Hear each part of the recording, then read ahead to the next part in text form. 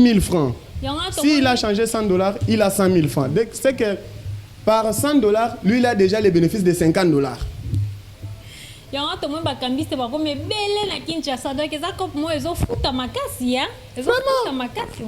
Yango ba cabine komi ebele muntu akomi asilisi licence aye kota cabine. Muntu asilisi doctorat aluki aye kota cabine parce qu'il y a de l'escroquerie là-bas. Les camarades, mon co-débatteur, il a bien parlé sur le budget. Nous devons savoir que le budget, c'est un document de l'État qui est proposé par les gouvernements à l'Assemblée nationale pour être voté annuellement. Je pense bien nous sommes déjà en retard pour cette session budgétaire qui devait commencer depuis le 15 septembre de cette année que nous sommes. En 2025, quel était le budget? Des 10 milliards, on a parlé de 10 milliards, on a parlé de 16 milliards, on nous a parlé de 18 milliards. Vraiment. Dans la même année, on nous parlait de 10 milliards, dans la même année, on nous parlait de 17, de 16 et de 18 milliards. Qu'est-ce que la population congolaise doit retenir dans la tête? Nous avons le budget de combien? Est-ce que la population congolaise en profite? Je vais m'expliquer. La population congolaise n'en profite pas. Pourquoi? Le budget a toujours été réparti selon les recettes et les dépenses, selon l'action, selon les programmes d'action du gouvernement. Quand le gouvernement établit son programme d'action, c'est par rapport à la recette. Nous avons les ressources de notre pays, nous avons les impôts, nous avons le minerai, là où Motema Yaba Congolais et Fandi, Batala Kakuto ata importé, ici ka Belgique à 20 000 impôts. Congolais ata ka importé. Naba ministre, ba président, tout biso tout total à kaka minerai. Or, oh ngai depuis na botama ti ajona na tikala au mona orte. Na yebi ata prix na ngote. Mais tu bika ke toza nango, tote kaka yango. To moni benza ndeko na biso Jean Canton pa moi Davita. Azaki na ebele a koloba lelo mais la télé c'est le temps. La télé c'est le temps. Donc lelo ezam ko la soukate. Il faut te programmer sur cette mission au jour où ils ont continué.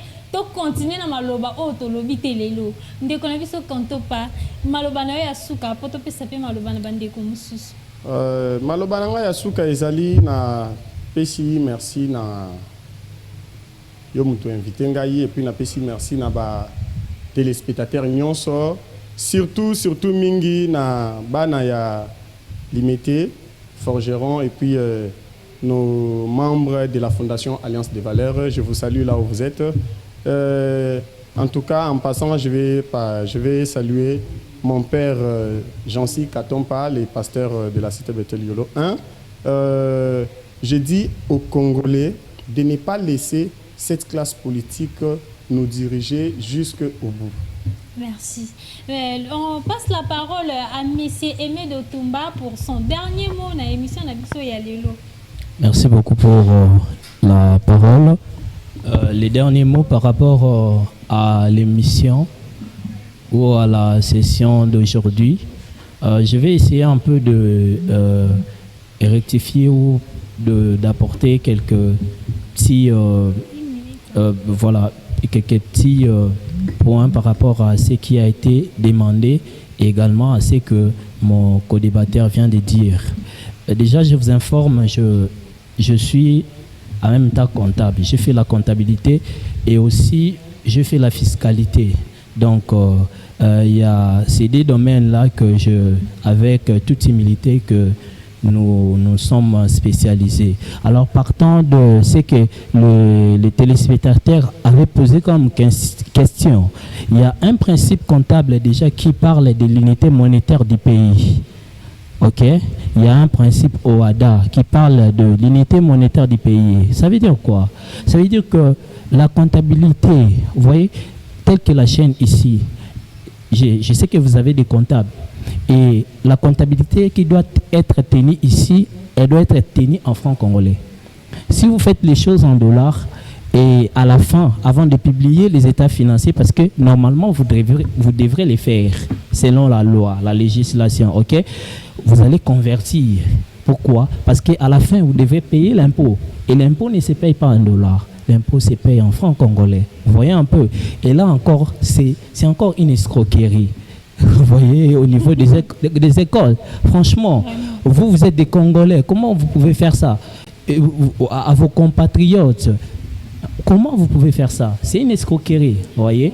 Alors, la deuxième des choses par rapport à ce que mon co-débatteur vient de dire, il a parlé des budgets de 10 milliards, de 16 milliards. En fait, une précision est que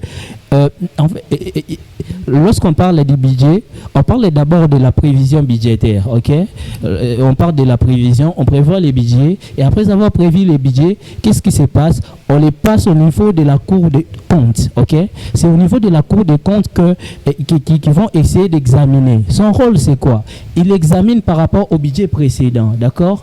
Et s'ils se rendent compte que non, les budgets, parce que le budget est prévisionnel. On est cette année, mais on prévoit pour l'année prochaine. Et s'ils se rendent compte que le montant qui est fixé dans le budget par les ministères du budget ne répondent pas, n'est-ce pas, n'est pas cohérent. Vous voyez, la Cour des comptes va faire quoi? Va réduire, va baisser. Vraiment. Vous voyez, et finalement, ça va passer au niveau de l'Assemblée nationale. Après avoir passé au niveau de l'Assemblée nationale, il y aura ce qui se passe, on appelle vote. Il y a la vote qui se passe. Chers téléspectateurs, on sent que M. Aimé de Joseph a vraiment de la matière à nous donner.